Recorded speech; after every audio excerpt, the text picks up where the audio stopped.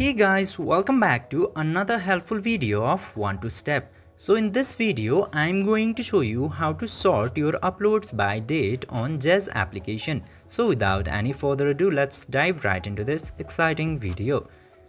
In order to do that, you just simply have to open your Zedge application into your device, and after opening the Zedge application, if you go to the profile and go to your uploads, you won't see any of the option to sort the contents.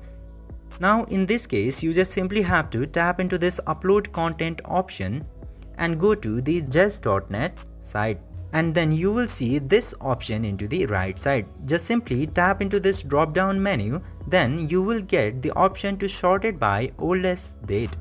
Just simply tap into this option in order to sort by date into your Zedge account. After following this very easy steps, you can easily sort your uploads by date on Zedge. I hope this video was helpful for you. If yes, don't forget to like, share and subscribe to the channel to never miss another update. Thank you for watching the video.